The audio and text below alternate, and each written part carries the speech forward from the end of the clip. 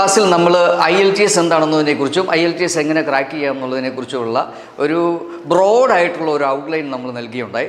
അതോടൊപ്പം തന്നെ IELTSൻ്റെ ഏറ്റവും പ്രധാനപ്പെട്ട മൊഡ്യൂളുകളിൽ ഒന്നായിട്ടുള്ള ടാസ്ക് 1 റൈറ്റിങ്ങിൻ്റെ ടാസ്ക് 1നെ കുറിച്ചുള്ള ഒരു ബ്രോഡ് ഔട്ട്ലൈൻ നൽകിയുണ്ടായി.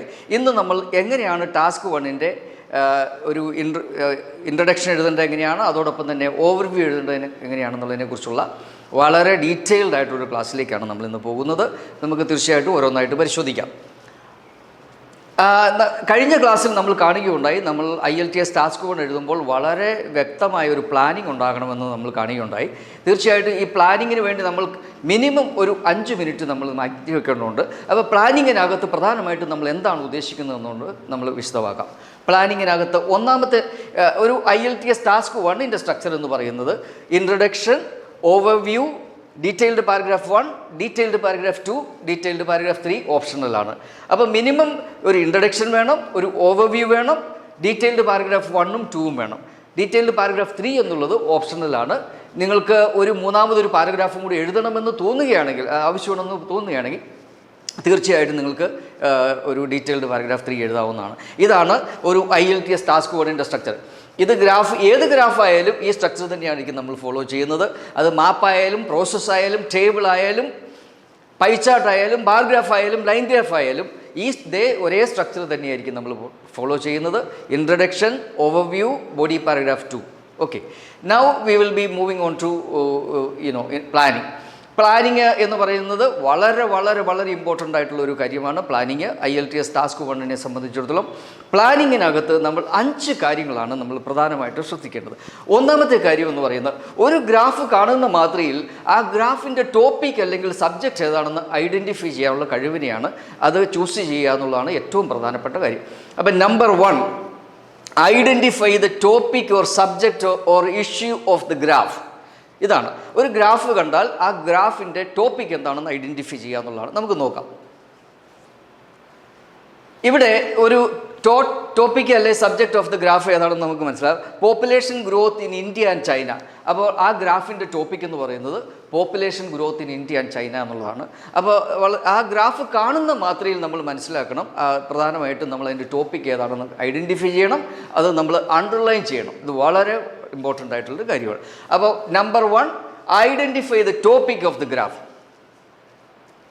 ഈ ഗ്രാഫിനെ സംബന്ധിച്ചിടത്തോളം ടോപ്പിക് എന്ന് പറയുന്നത് water use in 6 Gulf countries ആണ്. അതാണ് അതിൻ്റെ ടോപ്പിക്. അപ്പോൾ ഏതൊരു ഗ്രാഫ് കണ്ടാലും ഇമ്മീഡിയറ്റ് ആയിട്ട് നമ്മുടെ കണ്ണ് പോകേണ്ടത് ആ ഗ്രാഫിൻ്റെ ടോപ്പിക് ഏതാണെന്ന് മനസ്സിലാക്കുവാൻ വേണ്ടിയാണ്. ഓക്കെ, രണ്ടാമത്തെ ഏറ്റവും പ്രധാനപ്പെട്ട കാര്യം എന്ന് പറയുന്നത്, ഗ്രാഫിനെ നമുക്ക് ബ്രോഡായിട്ട് 2ആയിട്ട് തിരിക്കാൻ പറ്റും. അതിൽ ഒന്നാമത്തെ ഗ്രാഫ് എന്ന് പറയുന്നത് ഡൈനമിക് ഗ്രാഫാണ്, 2 സ്റ്റാറ്റിക് ഗ്രാഫാണ്. പേര് കണ്ട് പേടിക്കേണ്ട കാര്യമില്ല. ഡൈനമിക് എന്ന് പറയുന്നത് ചേഞ്ച് ഉള്ള ഗ്രാഫിനെ നമ്മൾ ഡൈനമിക് ഗ്രാഫ് എന്ന് പറയും. ചേഞ്ച് ഇല്ലാത്ത ഡാറ്റ സ്റ്റാറ്റിക് ആയിട്ട് നിൽക്കുകയാണെങ്കിൽ, ഡാറ്റയ്ക്കകത്ത് ചേഞ്ച് ഒന്നും ഇല്ലെങ്കിൽ അതിനെ നമ്മൾ സ്റ്റാറ്റിക് ഗ്രാഫ് എന്ന് പറയും. അപ്പോൾ ഒരു പീരീഡ് ഓഫ് ടൈം തന്നിരിക്കുകയാണെങ്കിൽ അതിനെ നമ്മൾക്ക് ഡൈനമിക് ഗ്രാഫ് എന്ന് പറയും. ഒരു പോയിൻ്റ് ഓഫ് ടൈം, ഒരു സിംഗിൾ പോയിൻ്റ് ഓഫ് ടൈം തന്നിട്ടുള്ളെങ്കിൽ അതിനെ നമ്മൾ സ്റ്റാറ്റിക് ഗ്രാഫ് എന്ന് പറയും. ഓക്കെ, ഇത് തീർച്ചയായിട്ടും നമുക്ക് മനസ്സിലാക്കാൻ പറ്റുന്നത്, ഇത് 2000 മുതൽ 2050 വരെയുള്ള ഒരു 50 വർഷത്തെ ഒരു പീരീഡ് ഓഫ് ടൈം തന്നിട്ടുണ്ട്. അതുകൊണ്ട് തീർച്ചയായിട്ടും അതൊരു ഡൈനമിക് ഗ്രാഫാണ്. അപ്പം ഡൈനമിക് ഗ്രാഫ് എന്ന് പറയുന്നത് ഒരു പീരീഡ് ഓഫ് ടൈം തന്നിട്ടുണ്ടെങ്കിൽ അത് ഡൈനമിക് ഗ്രാഫ് ആയിരിക്കും. ചേഞ്ച് ഉള്ള ഗ്രാഫിനെ ഡൈനമിക് ഗ്രാഫ് എന്ന് പറയുന്നു. Okay, water use in 6 Gulf countries in 2002. ഇവിടെ ചേഞ്ച് ഇല്ല. 2002 എന്ന് പറയുന്ന ഒരേ ഒരു വർഷത്തെ ഡാറ്റയാണ് തന്നിരിക്കുന്നത്. അവിടെ ഡാറ്റയ്ക്കകത്ത് ഇൻക്രീസും ഡിക്രീസും ഒന്നുമില്ല. 2002 ഗൾഫ് കൺട്രീസിലെ വെള്ളത്തിൻ്റെ ഉപയോഗമാണ് അവിടെ കൊടുത്തിരിക്കുന്നത്. അതുകൊണ്ട് അതൊരു സ്റ്റാറ്റിക് ഗ്രാഫാണ്. ഒരു സിംഗിൾ ഇയറേ തന്നിട്ടുള്ളൂ, അതുകൊണ്ട് അത് സ്റ്റാറ്റിക് ഗ്രാഫാണ്. അപ്പം നമ്മൾ രണ്ടാമത്തെ ഏറ്റവും പ്രധാനപ്പെട്ട കാര്യം നമ്മൾ കണ്ടു, ഒരു ഗ്രാഫിനെ കാണുന്ന മാത്രയിൽ അത് ഡൈനമിക് ആണോ സ്റ്റാറ്റിക് ആണോ എന്ന് ഐഡൻറ്റിഫൈ ചെയ്യുക എന്നുള്ളതാണ് രണ്ടാമത്തെ ഏറ്റവും പ്രധാനപ്പെട്ട കാര്യം. ഇനി നമ്മൾ മൂന്നാമത്തെ ഏറ്റവും പ്രധാനപ്പെട്ട കാര്യം എന്ന് പറഞ്ഞാൽ, ഒരു ഗ്രാഫിനെ ഡിസ്ക്രൈബ് ചെയ്യാൻ വേണ്ടി ഏത് ടെൻസ് ഉപയോഗിക്കണമെന്നുള്ളതാണ് ഏറ്റവും പ്രധാനപ്പെട്ട കാര്യം. അപ്പോൾ നമുക്ക് പാസ്റ്റ് ടെൻസ് ഉണ്ട്, പ്രസൻറ്റ് ടെൻസ് ഉണ്ട്, ഫ്യൂച്ചർ ടെൻസ് ഉണ്ട്. ഈ ടെൻസുകളെക്കുറിച്ച് അറിയാൻ വയ്യാത്തവർ തീർച്ചയായിട്ടും ടെൻസുകൾ പഠിക്കേണ്ടതുണ്ട്. അതിന് നമ്മൾ വേറെ ക്ലാസ്സുകൾ എടുക്കുന്നുണ്ട്. അപ്പോൾ തീർച്ചയായിട്ടും ടെൻസുകൾ മനസ്സിലാക്കുക. കാലം, അപ്പോൾ പാസ്റ്റ് ടെൻസിലാണ് ഒരു കാര്യം നടക്കുന്നതെങ്കിൽ പാസ്റ്റ് ടെൻസിൽ അവതരിപ്പിക്കുക. പ്രസൻറ്റിലാണ് കാര്യങ്ങൾ നടക്കുന്നതെങ്കിൽ പ്രസൻറ്റ് ടെൻസിൽ പറയുക. ഫ്യൂച്ചറിലാണ് കാര്യങ്ങൾ നടക്കുന്നതെങ്കിൽ ഫ്യൂച്ചർ ടെൻസിൽ അവതരിപ്പിക്കുക. നമുക്ക് ഓരോന്നായിട്ട് നമുക്ക് കാണാം. If a graph presents a period of time in the past, say for example 2000 to 2010, ഇവിടെ നമ്മൾ ബിഗിനിങ് പോയിന്റ് എന്ന് പറയുന്നത് 2000 ആണ്, അതുപോലെ തന്നെ എൻഡ് പോയിന്റ് എന്ന് പറയുന്നത് 2010 ആണ്. അപ്പോൾ സ്റ്റാർട്ടിങ്ങും എൻഡും പാസ്റ്റിലാണ്. 2000 എന്ന് പറയുന്നത് പാസ്റ്റാണ്, 2010 എന്ന് പറയുന്നത് പാസ്റ്റാണ്. അതുകൊണ്ട് ഈ ഗ്രാഫിനെ ഡിസ്ക്രൈബ് ചെയ്യുമ്പോൾ നമ്മൾക്ക് ഒരേ ഒരു ടെൻസ് ഉപയോഗിക്കാവുള്ളൂ, സിമ്പിൾ പാസ്റ്റും പിന്നെ അതോടൊപ്പം തന്നെ പാസ്റ്റ് പെർഫെക്റ്റും. കമ്പാരിസൺ നടത്തേണ്ടി വരുമ്പോൾ പാസ്റ്റ് പെർഫെക്റ്റും. അപ്പോൾ 2000-നും 2010-നും ഇടയ്ക്ക് നടന്ന ഒരു ചേഞ്ചിനെയാണ് ഡിസ്ക്രൈബ് ചെയ്യുന്നത് ഗ്രാഫ് എന്നുള്ളത് കൊണ്ട് ഒരു കാരണവശാലും നമുക്ക് പ്രസൻറ്റ് ടെൻസോ ഫ്യൂച്ചർ ടെൻസോ ഉപയോഗിക്കാൻ പാടില്ല ഈ ഗ്രാഫിനെ ഡിസ്ക്രൈബ് ചെയ്യാൻ വേണ്ടി. ഇനി നമുക്ക് അടുത്ത പീരീഡ് ഓഫ് ടൈമിലേക്ക് നോക്കാം. ഇതാണ് ഒരു ഉദാഹരണം. 2000 മുതൽ 2015 വരെയുള്ള ഒരു ഗ്രാഫാണ്, ഒരു ലൈൻ ഗ്രാഫാണ് തന്നിരിക്കുന്നത്. 3 രാജ്യങ്ങളുടെ The graph below shows the amounts of waste produced by 3 companies over a period of 15 years. അപ്പോൾ ഈ ഗ്രാഫിനെ സംബന്ധിച്ചിടത്തോളം ഗ്രാഫ് തുടങ്ങുന്നത് 2000-ലാണ്, അതോടൊപ്പം തന്നെ അവസാനിക്കുന്നത് 2015-ലാണ്. ഈ ഗ്രാഫിനെ ഡിസ്ക്രൈബ് ചെയ്യാൻ വേണ്ടി സിമ്പിൾ പാസ്റ്റും പാസ്റ്റ് പെർഫെക്റ്റും മാത്രമേ ഉപയോഗിക്കാവുള്ളൂ. Most of the time we will be using past tense, simple past. Okay, നമുക്ക് അടുത്തതിലേക്ക് പോകാം. If a graph presents a recurrent action or a permanent situation, use simple present. ഇത് വളരെ പ്രധാനപ്പെട്ട ഒരു കാര്യമാണ്. ഗ്രാഫ് ഒരു സ്ഥിരമായി നടക്കുന്ന ഒരു കാര്യത്തെ റിപ്പീറ്റഡ് ആയിട്ടുള്ള ഒരു ആക്ഷനെയാണ് റെപ്രസെൻറ്റ് ചെയ്യണമെങ്കിൽ നമ്മൾ സിമ്പിൾ പ്രസൻ്റ് ആണ് ഉപയോഗിക്കുന്നത്. നമുക്കൊരു എക്സാമ്പിളിലേക്ക് പോകാം. Permanent situation or repeated action. നമുക്ക് എക്സാമ്പിളിലേക്ക് പോകാം. ഇവിടെ നമുക്ക് കാണാൻ പറ്റുന്നത് ലണ്ടൻ, ന്യൂയോർക്ക്, സിഡ്നി എന്നീ രാജ്യങ്ങളിലെ ടെമ്പറേച്ചറുകളാണ്. അപ്പോൾ അവിടെ ജനുവരി മുതൽ ഡിസംബർ വരെയുള്ള ടെമ്പറേച്ചറിൻ്റെ വേരിയേഷനാണ് കാണിക്കുന്നത്. അപ്പോൾ ഇത് എല്ലാ വർഷവും റിപ്പീറ്റ് ചെയ്യുന്ന ഒരു കാര്യമായതുകൊണ്ട് നമുക്ക് ഈ ഗ്രാഫിനെ റെപ്രസെൻറ്റ് ചെയ്യാനായിട്ട് നമുക്ക് സിമ്പിൾ പ്രസൻറ്റ് ഉപയോഗിച്ചാൽ മതിയാവും. അതായത് നമുക്ക് പറയാം in January the temperature is this much and March it increases. It increased എന്ന് പറയാൻ പാടില്ല, കാരണം തീർച്ചയായിട്ടും ഇവിടെ ആ ഇൻക്രീസ് എന്ന് പറയുന്നത് എല്ലാ വർഷവും റിപ്പീറ്റ് ചെയ്യുന്നതായതുകൊണ്ട് നമുക്ക് സിമ്പിൾ പ്രസൻറ്റിൽ ആ ഗ്രാഫിനെ പ്രസൻറ്റ് ചെയ്താൽ മതിയാവും. ഇതാണ് പ്രധാനപ്പെട്ടൊരു കാര്യം. അടുത്തത്, ഇനി സിംഗിൾ ഇയർ ഓഫ് പാസ്റ്റ് തന്നിട്ടുണ്ട്. പാസ്റ്റിലെ ഒരു സിംഗിൾ ഇയറാണ് തന്നിരിക്കുന്നതെങ്കിൽ തീർച്ചയായിട്ടും നമ്മൾ അവിടെ സിമ്പിൾ പാസ്റ്റ് മാത്രം ഉപയോഗിച്ചാൽ മതി. ഇതൊരു സ്റ്റാറ്റിക് ഗ്രാഫാണ്, കാരണം 2000 എന്ന് പറയുന്ന ഒരു സിംഗിൾ ഇയർ തന്നിട്ടുള്ളൂ, അവിടെ ചേഞ്ച് ഇല്ല. അതുകൊണ്ട് അതൊരു സ്റ്റാറ്റിക് ഗ്രാഫാണ്. ഈ ഗ്രാഫിനെ ഡിസ്ക്രൈബ് ചെയ്യാനായിട്ട് നമ്മൾ എല്ലായ്പ്പോഴും ഉപയോഗിക്കുന്നത് സിമ്പിൾ പാസ്റ്റ് ആയിരിക്കും. ഇത് അതിന് ഉദാഹരണമാണ്. 2010-2011 വർഷത്തെ കുട്ടികളുടെ മാർക്കിൻ്റെ പാസ്സായവരുടെ പെർസെൻറ്റേജാണ് ബോയ്സ് ആൻഡ് ഗേൾസ് ആണ്. 2010-2011 പറയുമ്പം അത് സിംഗിൾ ഇയറാണ്. അക്കാഡമിക് ഇയറിനെ എല്ലായ്പ്പോഴും നമ്മൾ 2 വർഷം ചേർത്താണ് അവതരിപ്പിക്കുന്നത്. 2010-2011 അത് സിംഗിൾ ഇയറാണ്. അത് ഡൈനമിക് ഗ്രാഫായിട്ട് തെറ്റിദ്ധരിച്ചേക്കരുത്, അത് സ്റ്റാറ്റിക് ഗ്രാഫാണ്. ഓക്കെ, ഇനി നമ്മൾ a period of time from past to the present. ഇത് വളരെ പ്രധാനപ്പെട്ടൊരു കാര്യമാണ്. പാസ്റ്റ് മുതൽ പ്രസൻറ്റ് വരെ നിൽക്കുന്ന ഒരു പീരീഡ് ഓഫ് ടൈം ആണെങ്കിൽ തീർച്ചയായിട്ടും നമ്മൾ ഉപയോഗിക്കുന്നത് അവിടെ പ്രസൻറ്റ് പെർഫെക്റ്റ് ടെൻസ് ആണ്. സിമ്പിൾ പാസ്റ്റും പ്രസൻറ്റ് പെർഫെക്റ്റ് ടെൻസുമാണ്. അതായത് 2010 മുതൽ 2024, നൗ എന്ന് പറയുമ്പോൾ 2024 വരെയുള്ള ഒരു പീരീഡ് ഓഫ് ടൈമാണ് തന്നിരിക്കുന്നതെങ്കിൽ നമ്മൾ സിമ്പിൾ പാസ്റ്റും പ്രസൻറ്റ് പെർഫെക്റ്റുമാണ് ഉപയോഗിക്കുന്നത്. പ്രസൻറ്റ് പെർഫെക്റ്റ് കമ്പാരിസൺ നടത്താനായിട്ട് നമ്മൾ ഉപയോഗിക്കും. അതുകൊണ്ട് നമ്മൾക്കിവിടെ കാണാൻ പറ്റും India's main export in 2000, 2010 and now. അപ്പോൾ നമുക്ക് ഈ ഗ്രാഫിനെ പ്രസൻറ്റ് ചെയ്യാനായിട്ട് നമുക്ക് സിമ്പിൾ പാസ്റ്റ് ഉപയോഗിക്കാം, അതുപോലെ തന്നെ പ്രസൻറ്റ് പെർഫെക്റ്റ് ഉപയോഗിക്കാവുന്നതാണ്.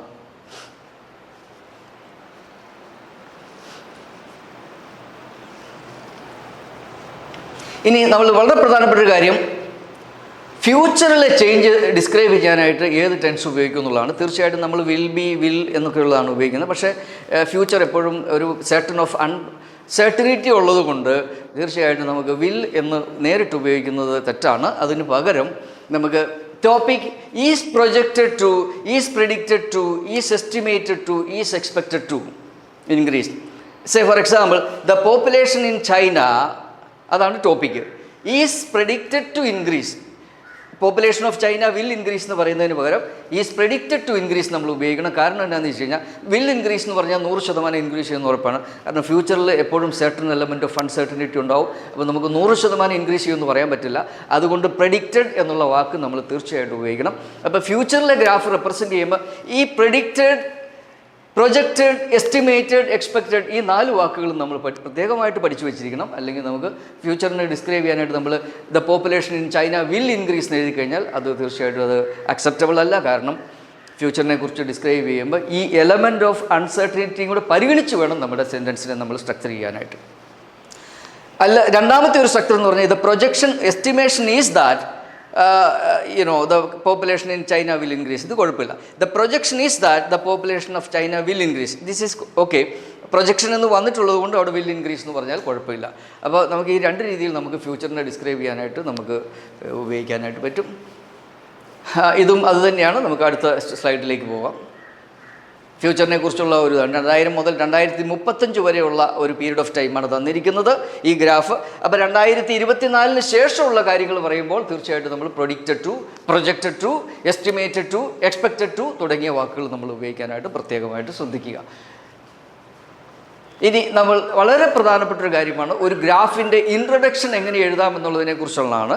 വളരെ ശാസ്ത്രീയമായിട്ട് വളരെ സിമ്പിളായിട്ട് നമുക്ക് ഇൻട്രൊഡക്ഷൻ എഴുതാം. ഇൻട്രൊഡക്ഷൻ എഴുതുക എന്നുള്ളത് വലിയൊരു സംഭവമല്ല. ഒന്നാമതായിട്ട് ഗ്രാഫിനകത്ത് തന്നെ ഒരു സെൻറ്റൻസ് തന്നിട്ടുണ്ടാവും, ഒരു ഇൻട്രൊഡക്ടറി ഫ്രേസ് തന്നിട്ടുണ്ടാവും. ആ സെൻറ്റൻസിനെ ഒന്ന് പാരാഫ്രൈസ് ചെയ്യുക, അല്ലെങ്കിൽ നിങ്ങളുടേതായ സ്വന്തം വാചകത്തിൽ അതിനെ മാറ്റി എഴുതിയാൽ മതിയാവും.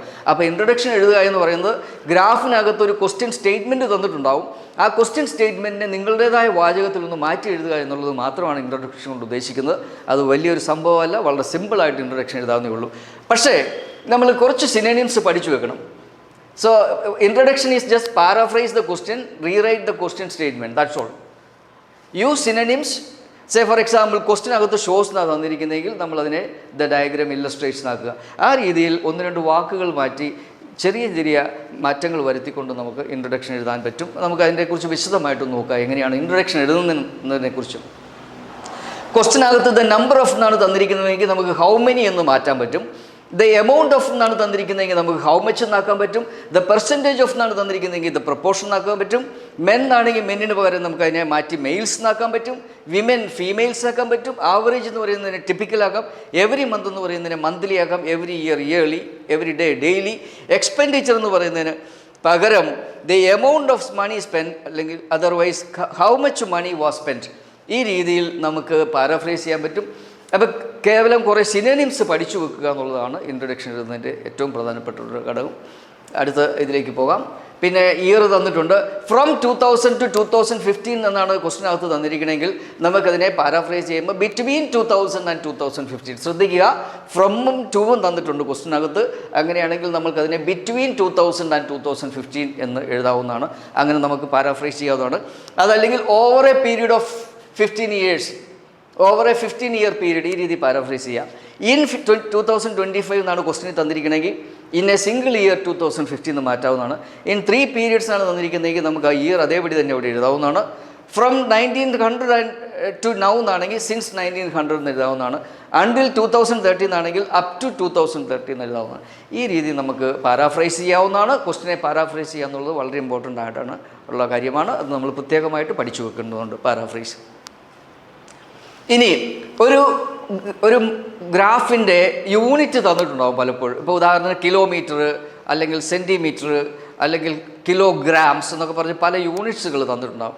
അപ്പോൾ യൂണിറ്റ്സ് തന്നിട്ടുണ്ടെങ്കിൽ നമുക്ക് ഇൻട്രൊഡക്ഷൻ്റെ ഭാഗമായിട്ട് the units are measured in centimetres അല്ലെങ്കിൽ മില്യൺ ടേൺസ് എന്ന് പറയാം. അല്ലെങ്കിൽ the amount is calculated in million turns എന്ന് പറയാം.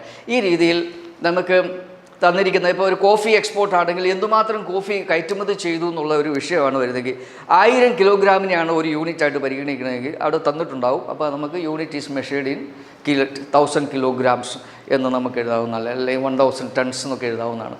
അപ്പോൾ യൂണിറ്റ്സും കൂടെ നമുക്ക് തീർച്ചയായിട്ടും ഈ ഇൻട്രൊഡക്ഷൻ്റെ ഭാഗമായിട്ട് മെൻഷൻ ചെയ്യുന്നത് വളരെ നല്ലതായിരിക്കും. നെക്സ്റ്റ്, ഇത് the graph shows the proportion of aged population aged 65 and over between 1940 and 2000 in 3 different countries എന്നാണ് തന്നിരിക്കുന്നത്.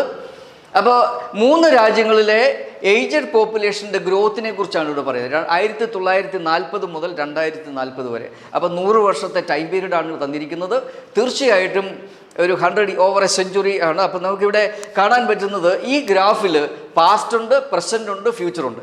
1940 എന്ന് പറയുമ്പോൾ അത് പാസ്റ്റാണ്. 2024 വരെ അത് പാസ്റ്റാണ്. 2024 അത് പ്രസൻ്റ് ആവും. 24 ശേഷമുള്ള വർഷങ്ങൾ അത് ഫ്യൂച്ചറാണ്. അപ്പോൾ ഈ രീതിയിലാണ് അത് 100 വർഷത്തെ ഒരു പീരീഡ് ഓഫ് ടൈമാണ് തന്നിരിക്കുന്നത്. ഈ ഗ്രാഫിനെ സംബന്ധിച്ചിടത്തോളം പാസ്റ്റും പ്രസൻറ്റും ഫ്യൂച്ചറും കവർ ചെയ്യുന്ന ഒരു ഗ്രാഫാണിത്. വളരെ സവിശേഷതകളുള്ള ഒരു ഗ്രാഫാണ്.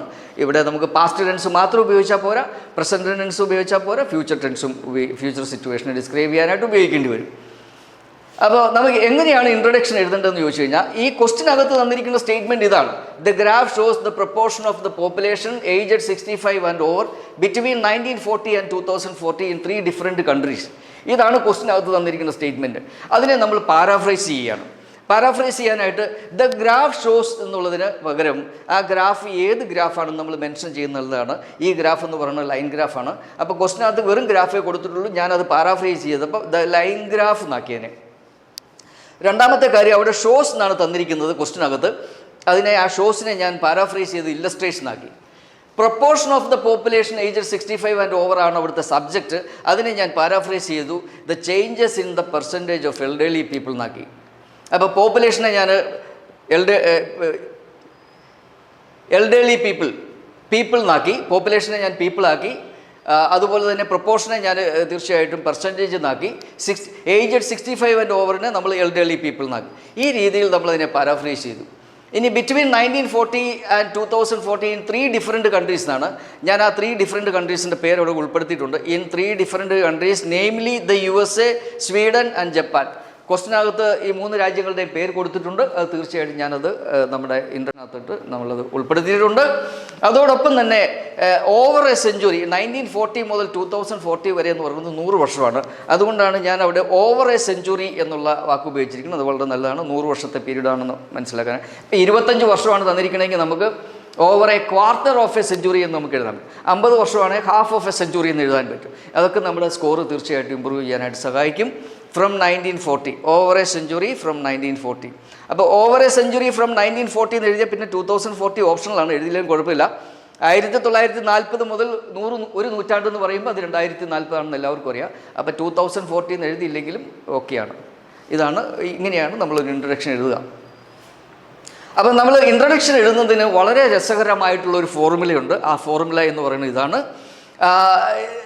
The line graph, bar chart, pie chart, table provides information about, compares, illustrates, what, where, when. ഇതാണ്. അപ്പോൾ ലൈൻ ഗ്രാഫ്, ബാർ ചാർട്ട് ഏതാണോ ഗ്രാഫ്, ആ ഗ്രാഫിൻ്റെ പേര് ആദ്യം മെൻഷൻ ചെയ്യാം. അത് കഴിഞ്ഞ് ഇല്ലസ്ട്രേറ്റ്സ് ആണെങ്കിൽ ഇല്ലസ്ട്രേറ്റ്സ്, അല്ലെ ഷോസ് ആണ് ഷോസ് എന്ന് പറയുക. അത് കഴിഞ്ഞിട്ട് ടോപ്പിക് എഴുതുക. Provides information about what. ഈ വാട്ട് എന്ന് പറയുന്നതാണ് ടോപ്പിക്ക്. വെയർ എന്ന് പറയുന്നത് സ്ഥലമാണ്, രാജ്യമാണ്. വെൻ എന്ന് പറയുന്നത് സമയമാണ്. ഇത് ഉദാഹരണത്തിന് the line graph provides information about, അതാണ് അത് ടിപ്പിക്കലായിട്ടുള്ളൊരു സ്ട്രക്ചറാണ്. പിന്നെ the sales of 3 electronic gadgets എന്ന് പറയുന്നതാണ് വാട്ട്. അത് ടോപ്പിക്കാണ്.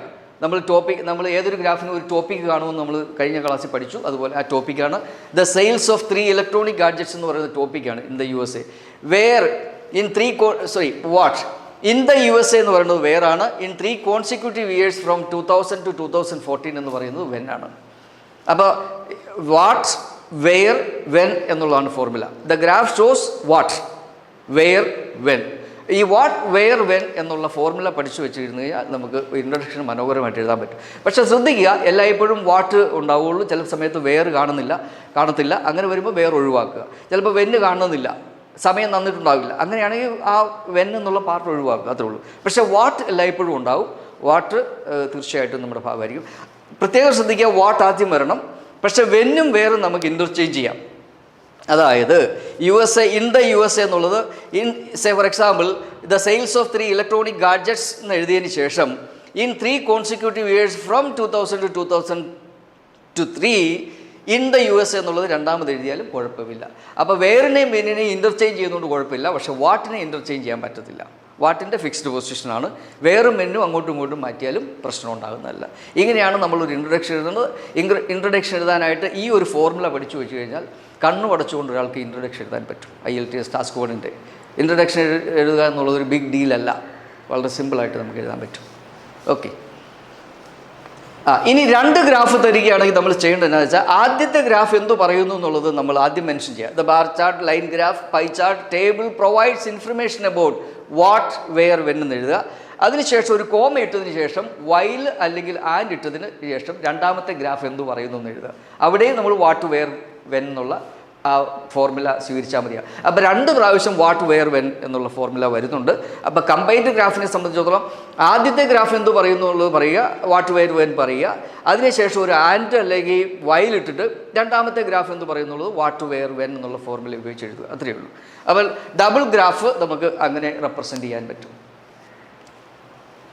The chart below gives information about the global sales of game software, CDs and DVD or video. Write a report for a university lecturer describing the information. ഇവിടെ നമുക്ക് ഇതിൻ്റെ ഒരു overview എഴുതുക എന്നുള്ളത് നമുക്കൊരു ഹോംവർക്കായിട്ടൊരു അസൈൻമെൻറ്റായിട്ട് ചെയ്യാവുന്നതാണ് എല്ലാവർക്കും. തീർച്ചയായിട്ടും ഈ ഒരു ഫോർമുല വെച്ചുകൊണ്ട് നമ്മൾ എങ്ങനെയാണ് ഓവർവ്യൂ എഴുതേണ്ടതെന്ന് നമുക്ക് പരിശോധിക്കാം. തീർച്ചയായിട്ടും ഇതൊരു അസൈൻമെൻറ്റായിട്ട് എല്ലാവർക്കും നൽകുകയാണ്. Okay, next. ഇനി നമ്മൾ മുന്നോട്ട് പോകുമ്പോൾ നമുക്ക് അപ്പോൾ ഇൻട്രൊഡക്ഷൻ എങ്ങനെ എഴുതേണ്ടതെന്ന് നമ്മൾ കണ്ടു കഴിഞ്ഞു. ഇനി നമ്മൾ മുന്നോട്ട് പോകുന്നത് എങ്ങനെയാണ് ഒരു നല്ല ഓവർവ്യൂ എഴുതേണ്ടതെന്നുള്ളതാണ്. ശ്രദ്ധിക്കുക, ഓവർവ്യൂ എന്ന് പറയുന്നത് ഒരു ഗ്രാഫിനെ സംബന്ധിക്കുന്ന ഒരു ജനറൽ ആയിട്ടുള്ളൊരു പിക്ചറാണ്. ഒരു ഗ്രാഫിനെ മൊത്തത്തിൽ 1-2 വാചകങ്ങൾ അവതരിപ്പിക്കാൻ പറ്റുവാണെങ്കിൽ അതാണ് ഓവർവ്യൂ. അപ്പോൾ ഓവർവ്യൂ എന്ന് പറയുന്നത് a broad outline about the graph. അപ്പോൾ ഓവർവ്യൂവിനകത്ത് എന്തൊക്കെ വേണമെന്നുള്ളതിനെക്കുറിച്ച് നമുക്ക് വളരെ വിശദമായിട്ടൊന്ന് പരിശോധിക്കാം. Overview is overall picture of the graph. It is the major trend or key features of the graph. നമുക്ക് ഓരോന്നായിട്ട് എങ്ങനെയാണ് ഓവർവ്യൂ എഴുതേണ്ടത് എന്നുള്ളതിനെക്കുറിച്ച് നമുക്ക് പരിശോധിക്കാം. ഒരു ചേഞ്ച് ഉള്ള ഗ്രാഫ് ആണെങ്കിൽ അല്ലെങ്കിൽ ഒരു ഡൈനമിക് ഗ്രാഫ് ആണെങ്കിൽ അതിനകത്ത് ഓവർവ്യൂ എഴുതാനായിട്ട് 4 പ്രധാനപ്പെട്ട ട്രെൻഡുകൾ കാണും. ഒരു ട്രെൻഡ് എന്ന് പറയുന്നത് ഇൻക്രീസിങ് ട്രെൻഡാണ്, രണ്ടാമത്തെ ട്രെൻഡ് എന്ന് പറയുന്നത് ഡിക്രീസിങ് ട്രെൻഡാണ്, മൂന്നാമത്തത് ഫ്ലക്ച്വേറ്റിംഗ് ട്രെൻഡാണ്, നാലാമത്തെ ട്രെൻഡ് എന്ന് പറയുന്നത് സ്റ്റഡി പാറ്റേൺ ആണ്. അപ്പോൾ increasing trend, decreasing trend, fluctuating trend, study pattern, ഈ 4 ട്രെൻഡുകളാണുള്ളത്. അപ്പോൾ ഓവർവ്യൂ എഴുതുമ്പോൾ ഈ ഗ്രാഫിൻ്റെ ട്രെൻഡ് എന്താണെന്ന് എഴുതി വെക്കുക. അതാണ് പ്രധാനമായിട്ട്. ഇപ്പോൾ ഉദാഹരണത്തിന് ഒരു രാജ്യത്തെ 5 രാജ്യങ്ങളിലെ കോഫി എക്സ്പോർട്ടാണ്. 3 രാജ്യങ്ങളിലെ കോഫി എക്സ്പോർട്ട് കൂടി, 2 രാജ്യങ്ങളിലെ കോഫി എക്സ്പോർട്ട് കുറഞ്ഞു. അപ്പോൾ നമുക്ക് പറയാൻ പറ്റും the coffee export in 3 countries showed an increasing pattern whereas the other 2 countries showed a decreasing pattern. ഈ രീതിയിൽ ഇൻക്രീസിങ് ട്രെൻഡും ഡിക്രീസിങ് ട്രെൻഡും വെച്ചുകൊണ്ട് നമുക്ക് ഒരു ഓവർവ്യൂ എഴുതാൻ പറ്റും. അപ്പോൾ തീർച്ചയായിട്ടും നമുക്ക് ആ ട്രെൻഡ് എന്താണ്, ഗ്രാഫിൻ്റെ ട്രെൻഡ് എന്താണെന്ന് ഡിസ്ക്രൈബ് ചെയ്യുക എന്നുള്ളതാണ് ഈ ഓവർവ്യൂ കൊണ്ട് ഉദ്ദേശിക്കുന്നത്. ഇത് കാണാൻ പറ്റും. ഇവിടെ ഇൻക്രീസിങ് ട്രെൻഡാണിത്, ഇത് ഡിക്രീസിങ് ട്രെൻഡാണ്, ഇത് ഫ്ലക്ച്വേറ്റിംഗ് ട്രെൻഡാണ്. ഫ്ലക്ച്വേറ്റിംഗ് ട്രെൻഡിൻ്റെ പ്രത്യേകത എന്ന് പറയുന്നത് കൂടുകയും കുറയുകയും ചെയ്യും. കൃത്യമായിട്ടൊരു പാറ്റേൺ നമുക്ക് പറയാൻ പറ്റില്ല. ഒരിക്കൽ കൂടുന്നു, പിന്നെ കുറയുന്നു, വീണ്ടും കൂടുന്നു, കുറയുന്നു. ഈ രീതിയിൽ കൂടുകയും കുറയുകയും മാറി മാറി വരികയാണെങ്കിൽ നമുക്കതിനെ ഒരു ഫ്ലക്ച്വേറ്റിംഗ് ട്രെൻഡ് എന്ന് പറയാൻ പറ്റും. പക്ഷേ പ്രത്യേകം ശ്രദ്ധിക്കുക, ഒരു തവണ കൂടിയിട്ട് കുറഞ്ഞു കഴിഞ്ഞാൽ ഉടനെ അതിനെ ഫ്ലക്ച്വേറ്റിംഗ് ട്രെൻഡ് എന്ന് പറയാൻ പറ്റില്ല. 1-2 തവണ കൂടുകയും 1-2 തവണ കുറയുകയും ചെയ്താൽ മാത്രമേ ഫ്ലക്ച്വേറ്റിംഗ് ട്രെൻഡ് എന്ന് പറയാൻ പറ്റുള്ളൂ. അപ്പോൾ ഒരു തവണ ഒരു ഇൻക്രീസ് ഉണ്ടായി, പിന്നീട് ഒരു ഡിക്രീസ് ഉണ്ടായി കഴിഞ്ഞാൽ ഉടനെ ഫ്ലക്ച്വേറ്റിംഗ് ട്രെൻഡ് ഫോളോ ചെയ്തു എന്ന് പറയുന്നത് തെറ്റാണ്. അപ്പോൾ അത് പ്രത്യേകം ശ്രദ്ധിക്കുക. ഇനി വളരെ പ്രധാനപ്പെട്ട രണ്ടാമത് ഉള്ള നമുക്ക് ഒരു ഓവർവ്യൂ എഴുതുന്നതിന് വേണ്ടുന്ന 3 കാര്യങ്ങൾ കൂടിയാണ് നമ്മൾ നോക്കുന്നത്. ഒന്ന്, ഹയസ്റ്റ് ഏതാണ്, ലോവസ്റ്റ് ഏതാണെന്ന് നോക്കണം. Item highest or lowest in number, ഇത് നമ്മൾ ഓവർവ്യൂ എഴുതുമ്പോൾ നമുക്ക് ശ്രദ്ധിക്കാവുന്ന. ഏറ്റവും കൂടുതൽ ഏതായിരുന്നു, ഏറ്റവും കുറവ് ഏതായിരുന്നു, ഇത് നമ്മൾ ഓവർവ്യൂ എഴുതുമ്പോൾ നമുക്ക് അവതരിപ്പിക്കാവുന്നതാണ്. Item with most or least change.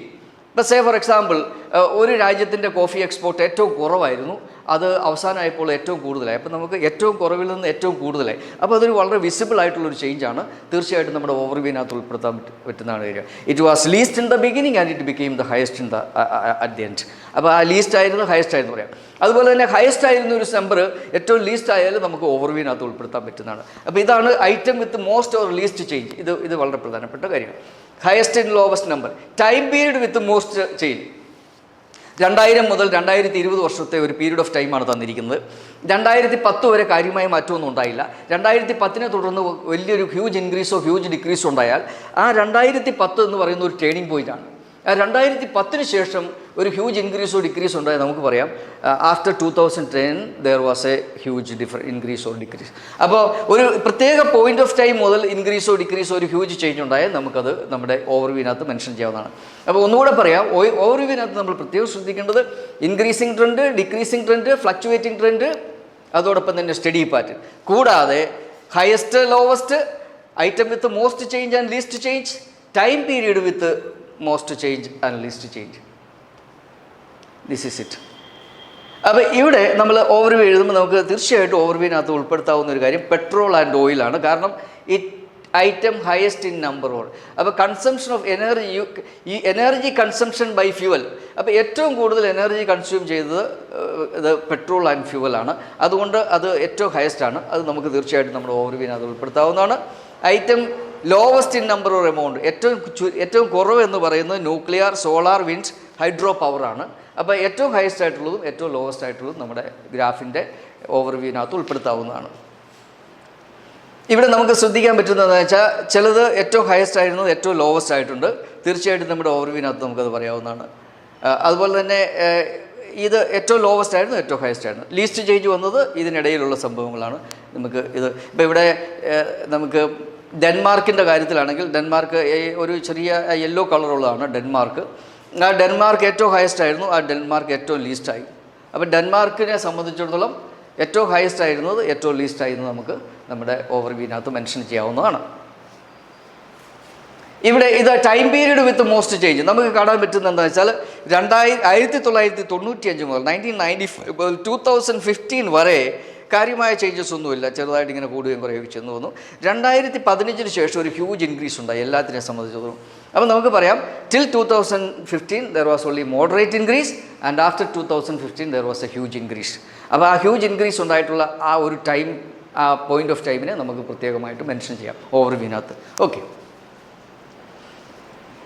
This is it. Okay, this is ഇതിൻ്റെ ഓവർവ്യൂ എങ്ങനെ എഴുതുന്നത് നോക്കാം. നമുക്ക് അടുത്ത പേജിലേക്ക് പോകാം.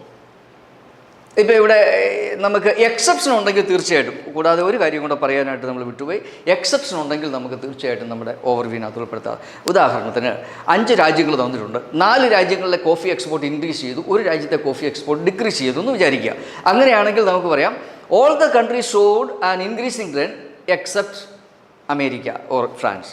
അപ്പോൾ 5 രാജ്യങ്ങളിലെ കോഫി എക്സ്പോർട്ടിൽ 4 രാജ്യത്തിൻ്റെ കൂടി, ഒരു രാജ്യത്തിൻ്റെ കുറഞ്ഞെങ്കിൽ നമുക്ക് പറയാം എല്ലാ രാജ്യങ്ങളുടെയും കൂടി എക്സെപ്റ്റ് ഫ്രാൻസ്. അപ്പോൾ എക്സെപ്ഷൻ തീർച്ചയായിട്ടും നമ്മുടെ ഓവർവ്യൂവിനകത്ത് വരുന്നു. വളരെ നല്ല എക്സെപ്ഷൻ ഉണ്ടെങ്കിൽ പ്രത്യേകം ശ്രദ്ധിക്കേണ്ട ഒരു കാര്യം എന്ന് വെച്ചാൽ 3 രാജ്യങ്ങളുടെ കൂടുകയും 2 രാജ്യങ്ങളുടെ കുറയുകയും ചെയ്തു കഴിഞ്ഞാൽ നമുക്ക് ഒരിക്കലും എക്സെപ്റ്റ് ഉപയോഗിക്കാൻ പറ്റില്ല. എക്സെപ്റ്റ് ആണ് പറയുന്നതെങ്കിൽ ഒരു രാജ്യത്തിൻ്റെയോ അല്ലെങ്കിൽ ഒരു കാറ്റഗറിയുടെയോ ഒരു ഐറ്റത്തിന് മാത്രം ഓപ്പോസിറ്റ് പാറ്റേൺ, നേരെ ഓപ്പോസിറ്റ് പാറ്റേൺ ഫോളോ ചെയ്താൽ മാത്രമേ ഉപയോഗിക്കാൻ പറ്റുള്ളൂ. ചിലരെങ്കിലും America, Britain, France and Germany increase except India and China എന്ന് പറയുമ്പോൾ ഇന്ത്യയും ചൈനയും ഒഴികെ എന്ന് പറയുമ്പോൾ 2 രാജ്യങ്ങൾ വരുമ്പോൾ എക്സെപ്റ്റ് ഉപയോഗിക്കാൻ പറ്റത്തില്ല. സിംഗിൾ കൺട്രി മാത്രമാണെങ്കിൽ, അല്ലെങ്കിൽ സിംഗിൾ ഐറ്റം മാത്രമാണെങ്കിൽ, സിംഗിൾ ഐഡൻറ്റിറ്റി മാത്രമാണെങ്കിൽ എക്സെപ്റ്റ് ഉപയോഗിക്കാൻ പറ്റുള്ളൂ. ഇത് പ്രത്യേകം ശ്രദ്ധിക്കണം. ഓക്കെ, അപ്പം നമ്മൾ ഓവർവ്യൂവിനെ കുറിച്ചുള്ള ഒരു പിക്ചറാണിത്. Look at the big picture, key features or general trend of the graph. Try to write a minimum 2 overview sentences, 3 is better. പ്രത്യേകം ശ്രദ്ധിക്കുക, മിനിമം 2 ഓവർവ്യൂ സെൻറ്റൻസ് എങ്കിലും എഴുതാനായിട്ട് ശ്രമിക്കുക. Do not include any specific numbers or figures in the overview. ഇത് വളരെ പ്രധാനപ്പെട്ട ഒരു കാര്യമാണ്. ഒരു കാരണവശാലും ഏതെങ്കിലും നമ്പറോ സ്റ്റാറ്റിസ്റ്റിക്സോ ഡാറ്റയോ ഫിഗേഴ്സോ ഒന്നും നമ്മുടെ ഓവർവ്യൂവിനകത്ത് എഴുതാൻ പാടില്ല. അത് വളരെ ഇമ്പോർട്ടൻ്റ് ആയിട്ടുള്ള കാര്യമാണ്. However you can write starting and ending of the year. വർഷം വേണമെങ്കിൽ നമുക്ക് ഓവർവ്യൂവിനകത്ത് മെൻഷൻ ചെയ്യാവുന്നതാണ്. As the overview is so important, it is better to put its in the beginning of the your report. Overview വളരെ പ്രധാനപ്പെട്ട ഒരു കാര്യമായതുകൊണ്ട് ഇൻട്രഡക്ഷന് ശേഷം overview എഴുതുന്ന ഒരു രീതിയാണ് പൊതുവെ ഉള്ളത്. IELTS എക്സാമിനകത്ത് ഒരിടത്തും ഓവർവ്യൂ എവിടെ എഴുതണം എന്നുള്ളതിനെക്കുറിച്ച് അവർ കൃത്യമായിട്ട് പറയുന്നില്ല. ഒരുപക്ഷേ നമുക്ക് 2 പാരഗ്രാഫ് കഴിഞ്ഞ് ഏറ്റവും അവസാനം ഓവർവ്യൂ എഴുതിയാലും പെർഫെക്റ്റ്ലി ഓൾറൈറ്റാണ്. പക്ഷേ നമ്മൾ പൊതുവെ സജസ്റ്റ് ചെയ്യുന്നത് ഇൻട്രഡക്ഷൻ കഴിഞ്ഞ് ഇമ്മീഡിയറ്റ് ആയിട്ട് ഓവർവ്യൂ എഴുതുന്നതിനെ കുറിച്ചാണ്. കാരണം എന്താ വെച്ചാൽ ഓവർവ്യൂ എഴുതുന്നതിന് സമയം കിട്ടിയില്ലെങ്കിൽ അത് നമ്മുടെ സ്കോറിനെ ബാധിക്കാം. അതുകൊണ്ട് തീർച്ചയായിട്ടും ഇൻട്രഡക്ഷൻ കഴിഞ്ഞിട്ട് ഓവർവ്യൂ എഴുതുന്നതാണ് എപ്പോഴും നല്ലത്. ഒരു ബാൻഡ് സ്കോർ 7 വേണ്ട ഒരു വിദ്യാർത്ഥിയെ സംബന്ധിച്ചിടത്തോളം 7 എന്ന് പറയുന്നത് ഒരു ക്രൈറ്റീരിയ ആണെന്നുണ്ടെങ്കിൽ തീർച്ചയായിട്ടും 7 വേണ്ട ഒരാൾ, നല്ലൊരു ഓവർവ്യൂ എഴുതാത്ത ഒരാൾക്ക് ബാൻഡ് സ്കോർ 7 ലഭിക്കുന്നതല്ല. ഇത് വളരെ അടിവരയിട്ട് അണ്ടർസ്കോർ ചെയ്യാനായിട്ട് ആഗ്രഹിക്കുന്നു. If you want to get a band score 7 or above, your overview should be perfect. നല്ലൊരു ഓവർവ്യൂ എഴുതാത്ത ഒരാൾക്ക് ഒരിക്കലും ഒരു നല്ലൊരു സ്കോർ IELTSന് കിട്ടാൻ പോകുന്നില്ല. ഇത് വളരെ വളരെ വളരെ ഇമ്പോർട്ടൻ്റ് ആയിട്ടുള്ള കാര്യമാണ്. I want to underline this point very much. Okay, ഇനി ഓവർവ്യൂ എഴുതാനായിട്ട് നമുക്ക് എങ്ങനെയാണ് ഓവർവ്യൂ എഴുതുന്നത്, സെൻറ്റൻസ് സ്റ്റാർട്ട് ചെയ്യുന്നത്, അതിൻ്റെ ഇൻട്രഡക്ടറി ഫ്രേസ് എങ്ങനെയാണെന്ന് നമുക്ക് നോക്കാം. സാധാരണ ഓവർവ്യൂ എഴുതാനായിട്ട് നമ്മൾ സെൻറ്റൻസ് സ്റ്റാർട്ട് ചെയ്യേണ്ടത് overall it is clear from the graph that overall it can be seen from the graph that what stands out from the graph is that, as can be seen from the graph, that the most noticeable or striking feature of the graph is that ഇത്തരം sentence, ഇത്തരം introductory ഫ്രേസുകൾ വെച്ച് നമുക്ക് overview sentence എഴുതി തുടങ്ങാവുന്നതാണ്. അപ്പോൾ overview എഴുതുമ്പോൾ ഈ ഇത്തരം സ്ട്രക്ചറുകൾ നമ്മുടെ റൈറ്റിങ്ങിനകത്ത് നമുക്ക് ഉപയോഗിക്കാവുന്നതാണ്. അത് തീർച്ചയായിട്ടും നമ്മുടെ ഒരു ഇൻട്രൊഡക്ടറി ഫ്രേസാണ്. അപ്പോൾ തീർച്ചയായിട്ടും അത് വെച്ചുകൊണ്ട് ഓവർവ്യൂ സെൻറ്റൻസ് സ്റ്റാർട്ട് ചെയ്യാവുന്നതാണ്. നമ്മൾ തുടർന്ന് ഇനി നമ്മൾ കാണുവാൻ പോകുന്നത് എങ്ങനെയാണ് ഒരു ഓവർവ്യൂ എഴുതേണ്ടതെന്നുള്ളതാണ്. ഇപ്പം നമ്മൾ സാധാരണഗതിയിൽ ഒരു ഇൻക്രീസിങ് ട്രെൻഡും ഉണ്ട്, ഡിക്രീസിങ് ട്രെൻഡും ഉണ്ട്. അങ്ങനെയാണെങ്കിൽ ആ ഇൻക്രീസിങ് ട്രെൻഡിനെയും ഡിക്രീസിങ് ട്രെൻഡിനെയും നമുക്ക് വൈൽ അല്ലെ whereas, whilst, although, even though, in contrast, in comparison with തുടങ്ങിയ കണക്റ്റീവ് വേർഡ്സ് ഉപയോഗിച്ചുകൊണ്ട്, അതല്ലെങ്കിൽ സബോർഡിനേറ്റ് കൺജക്ഷൻ ഉപയോഗിച്ചുകൊണ്ട് നമുക്ക് കമ്പൈൻ ചെയ്യാൻ പറ്റും. അതായത് overall it can be seen from the graph that the unemployment rate in Japan decrease during the given period while that of America increase. ഇവിടെ while ചേർത്തിട്ട് നമുക്ക് ആ ഇൻക്രീസിങ് ട്രെൻഡിനെയും ഡിക്രീസിങ് ട്രെൻഡിനെയും ടു ഓപ്പോസിറ്റ് ട്രെൻഡ്സാണ്. ഈ ഓപ്പോസിറ്റ് ആയിട്ടുള്ള രണ്ട് ട്രെൻഡുകളെ നമുക്ക് കമ്പൈൻ ചെയ്ത് ഒരു സിംഗിൾ സെൻറ്റൻസിൽ അവതരിപ്പിക്കാൻ പറ്റും. ഇവിടെ ശ്രദ്ധിക്കുക, വൈൽ ദാറ്റ് ഓഫ് അമേരിക്ക, ഈ ദാറ്റ് എന്നുകൊണ്ട് ഉദ്ദേശിക്കുന്നത് അൺഎംപ്ലോയ്മെൻറ്റ് റേറ്റ് ഇൻ ജപ്പാൻ എന്നുള്ളതിന് പകരം വൈൽ ദാറ്റ് ഓഫ് അമേരിക്ക കൊണ്ട് ഉദ്ദേശിക്കുന്നത്, ഈ ദാറ്റ് കൊണ്ട് ഉദ്ദേശിക്കുന്നത് അൺഎംപ്ലോയ്മെൻറ്റ് റേറ്റ് തന്നെയാണ്. അപ്പോൾ നമുക്ക് അൺഎംപ്ലോയ്മെൻറ്റ് റേറ്റ് എന്നുള്ളത് റിപ്പീറ്റ് ചെയ്യാതെ നമുക്ക് ഒഴിവാക്കാൻ പറ്റും. Unemployment rate in Japan increase while that of America എന്ന് പറയുമ്പോൾ ദാറ്റ് കൊണ്ട് ഉദ്ദേശിക്കുന്നത് അൺഎംപ്ലോയ്മെൻറ്റ് റേറ്റ് ആണ്. അപ്പോൾ അൺഎംപ്ലോയ്മെൻറ്റ് റേറ്റിൽ 2 പ്രാവശ്യം ഉപയോഗിക്കുന്നതിന് പകരമാണ് നമ്മൾ ദാറ്റ് ഉപയോഗിച്ചിരിക്കുന്നത്. That's it. നെക്സ്റ്റ്, അപ്പോൾ എങ്ങനെയാണ് നമ്മൾ major trend or key features of a ഗ്രാഫിനെ എങ്ങനെയാണ് ഐഡൻറ്റിഫൈ ചെയ്യണമെന്ന് നമുക്കൊന്ന് നോക്കിക്കളയാം. തീർച്ചയായിട്ടും ഇപ്പോൾ ഈ ഗ്രാഫിനെ സംബന്ധിച്ചിടത്തോളം നമ്മൾ നോക്കുകയാണെങ്കിൽ 3 രാജ്യങ്ങളിലെ പോപ്പുലേഷൻ ഏജ്ഡ് പ്രായമായ ആളുകളുടെ ഗ്രോത്ത്, അവരുടെ പെർസെൻറ്റേജിലുള്ള ഗ്രോത്താണ്. USA ഉണ്ട്, സ്വീഡനുണ്ട്, ജപ്പാനുണ്ട്. 3 രാജ്യങ്ങളിലെ പ്രായമായ ആളുകളുടെ പ്രൊപ്പോർഷണൽ അല്ലെങ്കിൽ പെർസെൻറ്റേജിലുള്ള ഇൻക്രീസാണ് നമ്മളിവിടെ ഡിസ്കസ് ചെയ്യുന്നത്. അപ്പോൾ നമുക്ക് ഈ ഗ്രാഫ് നോക്കിക്കഴിഞ്ഞാൽ നമ്മൾ സാധാരണഗതിയിൽ നമ്മൾ ട്രെൻഡ് മനസ്സിലാക്കാൻ, ഇത് ട്രെൻഡുള്ള ഒരു ഗ്രാഫാണ്, ചേഞ്ച് ഉള്ള ഗ്രാഫാണ്. ട്രെൻഡ് മനസ്സിലാക്കാനായിട്ട് ചെയ്യേണ്ടതെന്ന് വെച്ചാൽ ഇനിഷ്യൽ പോയിന്റിലെ ഇത് നോക്കുക, ഫൈനൽ പോയിന്റ് നോക്കുക. Initially it was below 10 and finally it became above 20. അപ്പോൾ തീർച്ചയായിട്ടും നമുക്ക് മനസ്സിലാകുന്നത് 10-ന് താഴെയായിരുന്നു 1940 പ്രായമായ ആളുകളുടെ പ്രൊപ്പോർഷൻ. അതായത് 100 പേര് ജനസംഖ്യ ഉണ്ടെങ്കിൽ അതിൽ 10% 10 പേര് പ്രായമായ ആൾക്കാരായിരുന്നു.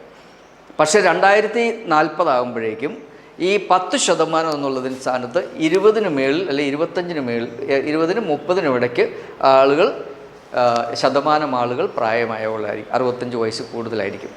അപ്പോൾ 1940 ജനസംഖ്യയുടെ 10% താഴെയായിരുന്നു പ്രായമായ ആൾക്കാരെങ്കിൽ 2040 ആകുമ്പോഴേക്കും 20-നും 30-നും ഇടയ്ക്ക് ശതമാനം ആൾക്കാരും ഏജ്ഡ് ആയിട്ടുള്ള പ്രായമായ ആൾക്കാരായിട്ട് മാറും. അപ്പോൾ നമുക്കിവിടെ കാണാൻ പറ്റുന്നത് ഈ ഏജ്ഡ് പോപ്പുലേഷൻ്റെ പ്രൊപ്പോർഷൻ USA-യിലും സ്വീഡനിലും ജപ്പാനിലും ഇൻക്രീസ് ചെയ്യുന്നു എന്നുള്ളതാണ് കാണാൻ കഴിയുന്നത്.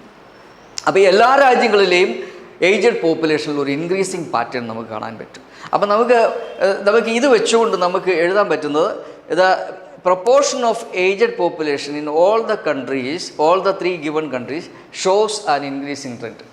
എല്ലാ രാജ്യങ്ങളിലെയും, ഈ തന്നിരിക്കുന്ന 3 രാജ്യങ്ങളിലെയും ഏജ്ഡ് പോപ്പുലേഷൻ ഒരു ഇൻക്രീസിങ് പാറ്റേൺ ആണ് ഫോളോ ചെയ്യുന്നതെന്നുള്ളതാണ് നമ്മൾ ഒന്നാമതായിട്ട് അതിനകത്ത് നിന്ന് മനസ്സിലാക്കാൻ പറ്റും.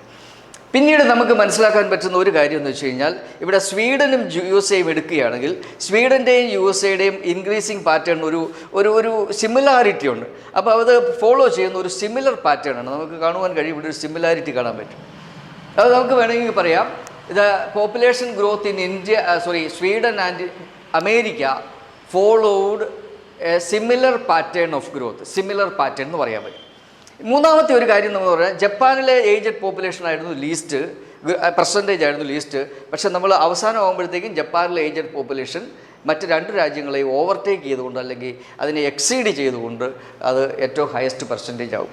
അപ്പോൾ നമുക്ക് പറയാം, in the beginning Japan had the least proportion of aged population, but towards the end of the given period it is expected to overtake or exceed the other 2 countries. അതും നമുക്ക് നമ്മുടെ ഓവർവ്യൂവിൻ്റെ ഭാഗമായിട്ട് എഴുതാൻ പറ്റും. അപ്പോൾ ഇത്തരം കാര്യങ്ങളാണ് നമ്മളൊരു ഗ്രാഫ് കാണുമ്പോൾ നമ്മൾ ഓവർവ്യൂ എഴുതാനായിട്ട് എന്തൊക്കെ പോയിൻറ്റ്സാണ് ആ ഗ്രാഫിൽ നിന്ന് കണ്ടെത്താൻ സാധിക്കുക എന്നുള്ളതാണ് ഏറ്റവും പ്രധാനപ്പെട്ട കാര്യം. നമുക്ക് അടുത്തൊരു ഫ്രെയിമിലേക്ക് പോകാം. The percentage of aged people in all the 3 countries shows an increasing trend. Overview വേണ്ടുന്ന ഒന്നാമത്തെ പോയിന്റാണ്. The increase is expected to be sharp towards the end of the given period. അത് നമുക്ക് കാണാൻ പറ്റും.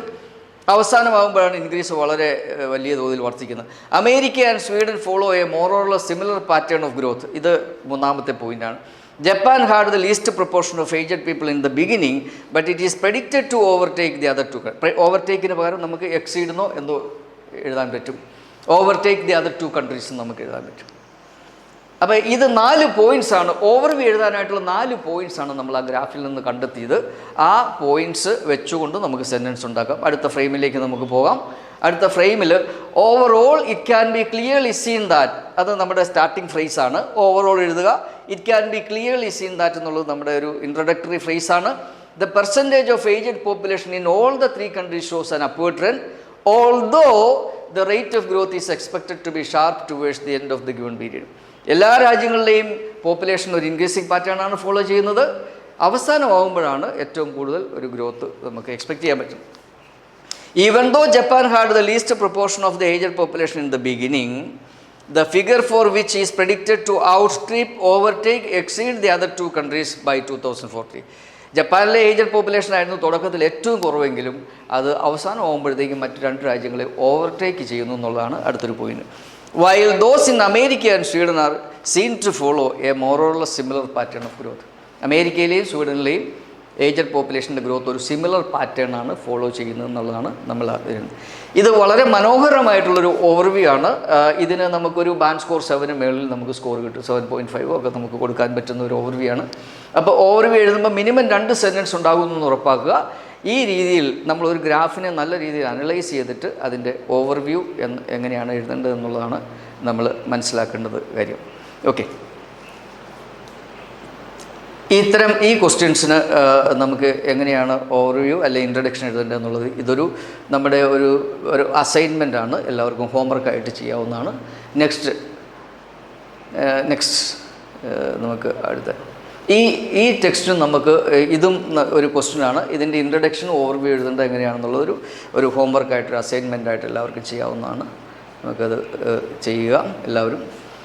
ഇതും മറ്റൊരു ക്വസ്റ്റ്യനാണ്. ഇത് ട്രെൻഡുള്ളൊരു ചേഞ്ച് ഉള്ളൊരു ഗ്രാഫാണ്. ഇതിൻ്റെ ഓവർവ്യൂവും ഇൻട്രഡക്ഷനും ഓവർവ്യൂ ആണ് നമ്മളിപ്പോൾ പ്രധാനമായിട്ടും നമ്മൾ മനസ്സിലാക്കിയത്. ആ ഇൻട്രഡക്ഷൻ എഴുതേണ്ടത് എങ്ങനെയാണെന്നും ഓവർവ്യൂ എഴുതേണ്ടത് എങ്ങനെയാണെന്നും ഈ ഗ്രാഫിൻ്റെ ഇൻട്രഡക്ഷനും ഓവർവ്യൂ നമ്മൾ എഴുതുക. ഇതും മറ്റൊരു ഗ്രാഫാണ്.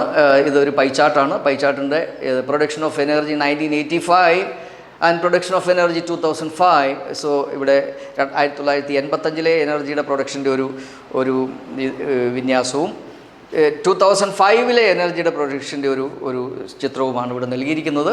അപ്പോൾ എന്തൊക്കെ ചേഞ്ചസ് ആണ് വന്നിരിക്കുന്നത് എന്നുള്ളത് നമുക്ക് എഴുതാവുന്നതാണ്. അപ്പോൾ ഓവർവ്യൂ എഴുതുക, ഇൻട്രഡക്ഷൻ എഴുതുക.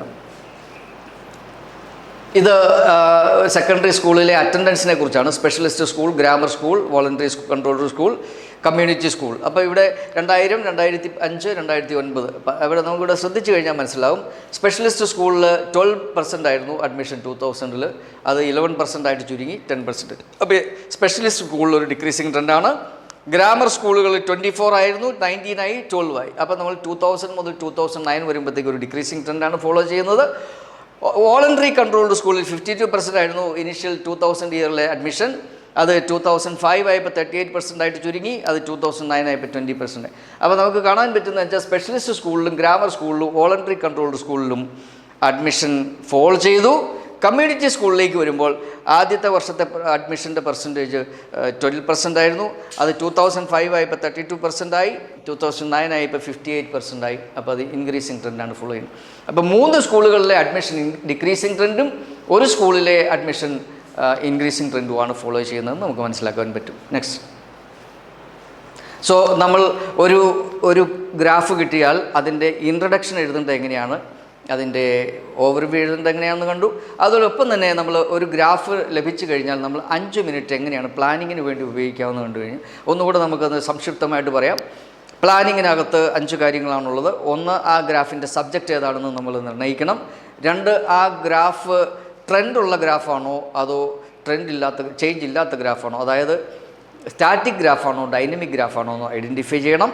3-മത്തെ കാര്യം, ആ ഗ്രാഫിനെ ഡിസ്ക്രൈബ് ചെയ്യാൻ വേണ്ടി ഏത് ആ ഗ്രാഫിനെ ഡിസ്ക്രൈബ് ചെയ്യാനായിട്ട് ഏത് ടെൻസാണ് ഉപയോഗിക്കേണ്ടത് എന്നുള്ളതാണ് മൂന്നാമത്തെ കാര്യം. നാലാമത്തെ കാര്യം എന്ന് പറയുന്നത് ആ ഗ്രാഫിനകത്ത് ഓവർവ്യൂ എഴുതാനായിട്ട് എന്തൊക്കെ പോയിൻറ്റ്സ് നമുക്ക് കണ്ടെത്താൻ പറ്റും എന്നുള്ളതാണ്. ഓവർവ്യൂ എഴുതാനായിട്ട് ആ ഗ്രാഫിനെ മൊത്തത്തിൽ ഡിസ്ക്രൈബ് ചെയ്യാനായിട്ട് എന്തൊക്കെയാണ് നമ്മൾ ആ ഗ്രാഫിൽ നിന്ന് ഏറ്റവും സ്റ്റാൻഡ് ഔട്ട് ചെയ്യുന്ന ഡാറ്റ ഏതാണെന്ന് ചൂസ് ചെയ്യാനുള്ള കഴിവാണ്. അവിടെ നമ്മൾ പ്രധാനമായിട്ട് നോക്കുന്ന ട്രെൻഡാണ്. Increasing trend, decreasing trend, fluctuating trend. അപ്പോൾ ട്രെൻഡ് നോക്കിയിട്ട് അതിനെയാണ് നമ്മൾ ഓവർവ്യൂവിൻ്റെ സെൻറ്റൻസുകൾ ആയിട്ട് നമ്മൾ മാറ്റുന്നത്, ഓവർവ്യൂ ആയിട്ട് മാറ്റുന്നത്. അഞ്ചാമത്തെ കാര്യമെന്ന് പറയുന്നത് ഒരു ഗ്രാഫ് ലഭിച്ചു കഴിഞ്ഞാൽ ആ ഗ്രാഫിനകത്തുള്ള ഡാറ്റയെ 2 പാരഗ്രാഫുകളായിട്ട് എങ്ങനെ ഡിവൈഡ് ചെയ്യുക എന്നുള്ളതാണ്. ആ അഞ്ചാമത്തെ പോയിൻ്റ് പിന്നീട് അടുത്ത ക്ലാസ്സിൽ നമ്മൾ വളരെ വിശദമായിട്ട് ഡിസ്കസ് ചെയ്യുന്നതാണ്. ഇന്നിപ്പോൾ നമ്മൾ കണ്ടത് ഒരു ഇൻട്രഡക്ഷൻ എഴുതേണ്ടത് എങ്ങനെയാണ്, ഓവർവ്യൂ എഴുതേണ്ടത് എങ്ങനെയാണെന്ന് കണ്ടു. അതോടൊപ്പം തന്നെ 5 മിനിറ്റ് പ്ലാനിങ്ങിന് വേണ്ടി എങ്ങനെ വിനിയോഗിക്കാമെന്ന് കണ്ടു. അഞ്ചാമത്തെ പോയിൻ്റ് നമ്മൾ അടുത്ത ക്ലാസ്സിൽ ഡിസ്കസ് ചെയ്യുന്നതാണ്.